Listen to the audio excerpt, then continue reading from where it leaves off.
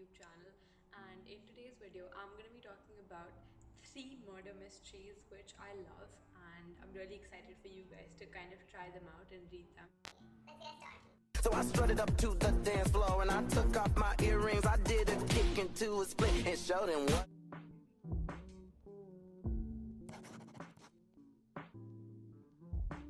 Okay, so the first book is about this IIT tutor guy who goes to wish his ex-girlfriend a happy birthday and finds that she is murdered.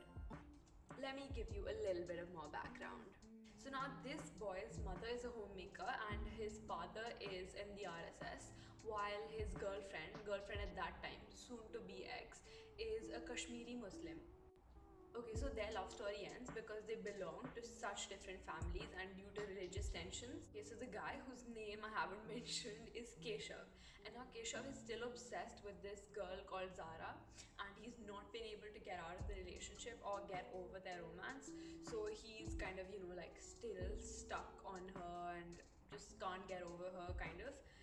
And yeah, and she's like, there's nothing from her side. She doesn't reply to any of his messages, any of his calls or anything. So from her side it's completely over, but this Keshav guy is always like, oh, my Zara types. Okay, and now like he's always begging her to come back to him, but she doesn't agree at all. Like she never gives any chara. So now it is Zara's birthday, and usually when they were together, this Zara and Keshav person, Keshav used to always wish Zara at 12 midnight around.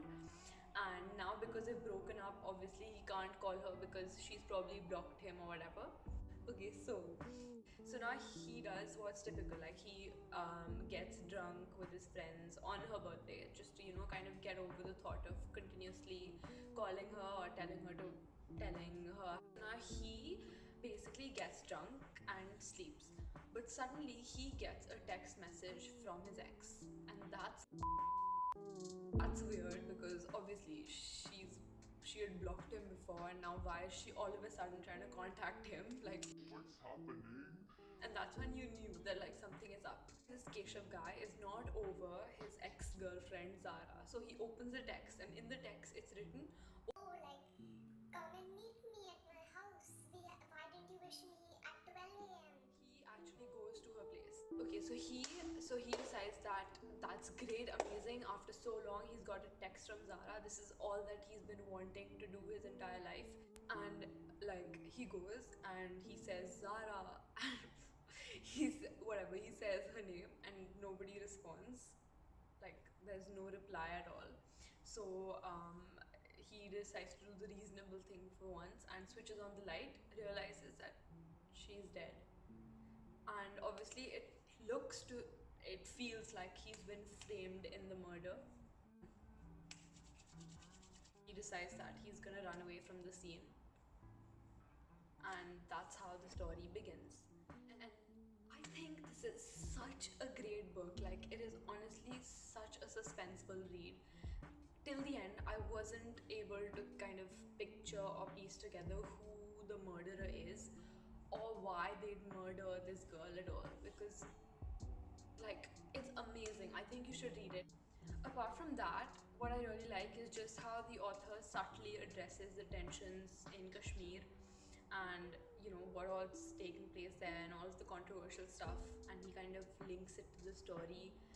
And the book also addresses various stereotypes as well as political issues in the country. So, interesting read. It's basically a love story, and it has like a lot of twists and turns which will keep you guessing, and I really like that. So, I think this is, and it's super binge worthy. So if you start reading at like 1 p.m, you'll probably be done by 3 p.m, unless you're really slow at reading.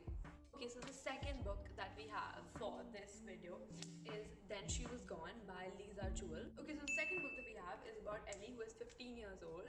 She has her whole life in front of her. She is super popular. Her mom adores her, loves her. They get on well most parts. Like, she takes her mother for granted, but they get on really well.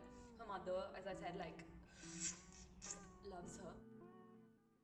And you think that she's gonna become some amazing person, but then she disappears. And her mother's name is Laurel, so now Laurel's just like not over her daughter's death at all. So Laurel's relationships with the other family members starts to deteriorate. I said that correctly. So Laurel's relationship with other family members starts to deteriorate, and she doesn't get along with her husband, and she gets a divorce from her husband, because obviously when you're so stuck in grief, you're not ready to kind of build other relationships and focus on that. You just want to kind of wallow in your own grief. Until one day Laurel meets this really charming person called Floyd in a cafe. Floyd completely like sweeps Laurel off her feet, and she's completely like enthralled with him, and it seems like Laurel's finally gonna get out of the grief of losing her daughter. Now Laurel invites Floyd over to her house, and they're just kind of chilling when Floyd introduces his daughter to Laurel. Okay, and this is where it gets tricky. Floyd's daughter looks exactly like Laurel's missing daughter Ellie, like split twins. And it's not what you're thinking. It's not. That's the thing. I thought the same thing. It's not what you're thinking.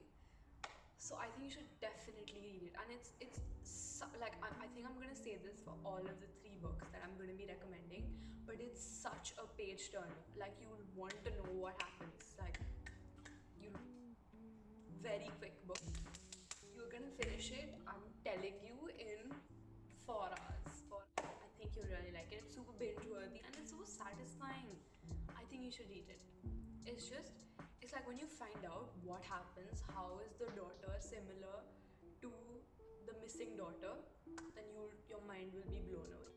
Okay, so the third book that I'd like to recommend. Why do I always do this? Okay, so the third book that I'd like to recommend is Sadie, whatever you'd like to call it. I have no idea. It's like Sadie. So please figure out what your pronunciation is gonna be like. Okay, but that's the third book. It's by Courtney Simmons. I think you should read this book just because of the format. The format is amazing. So the book is like, one chapter is from the point of view of Sadie, and the second chapter will be from the point of view of a podcast, which occurs much later because Sadie has gone missing. So it's like, and you're kind of waiting for the narration to catch up with what we as readers already know, because what happens in the podcast is they kind of making the podcast too about the missing girls. So Sadie is the missing girl, so you kind of always know a little more about the story than the narrator does, but also you don't know some things that the narrator does. so it's kind of like you're waiting for both the narration. You're waiting for both the narrating perspectives to catch up with each other, and that is so unique and so interesting. Like you always want to know what happens next. Okay, so now what this book is about is how this one woman whose name is Claire has 2 daughters, okay, called Maddie and Sadie. I know, very original choice. And so she's neglected both of her kids. So naturally the elder one takes care of the younger child, right? And Maddie's the younger, Saddie's the elder one.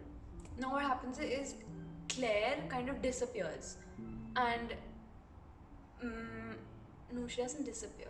Okay, so now what happens is Claire kind of abandons both of them and kind of just like goes somewhere, and Maddie, who is the younger sibling, is attached to her mother, and she kind of goes off in search of her mother, and she gets brutally murdered in the search of her mother. Like when she goes on her adventures, she gets murdered.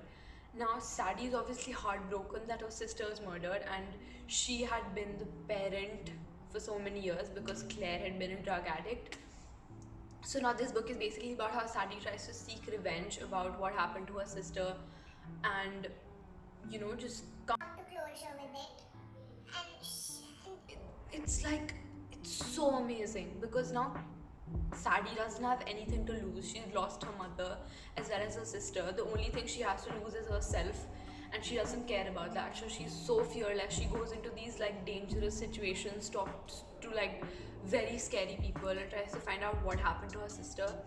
And the end is kind of a cliffhanger because you don't know what happens For that, the book's plot is amazing, but the narration itself should compel you to read. Guys, is it for the video, and I hope you guys really enjoyed my book recommendations.